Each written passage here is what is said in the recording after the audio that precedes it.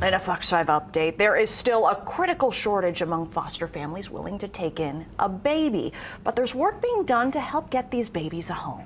Today, we are hearing from a family who just completed the expedited training and now has a foster baby of their own. Fox 5's Danny Maston has their story.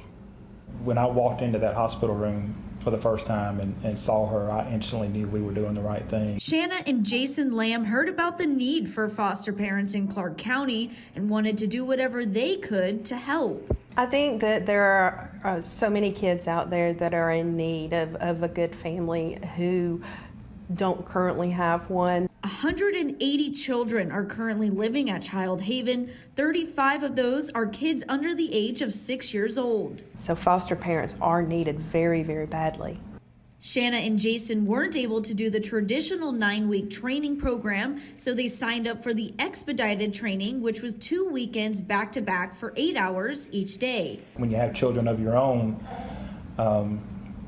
you know how their health is, and sometimes these children, have gone through some trauma in the womb, and you learn about those things. Babies who were exposed to drugs in utero and what their cry sounds like. It's different. It's not like a normal baby's cry.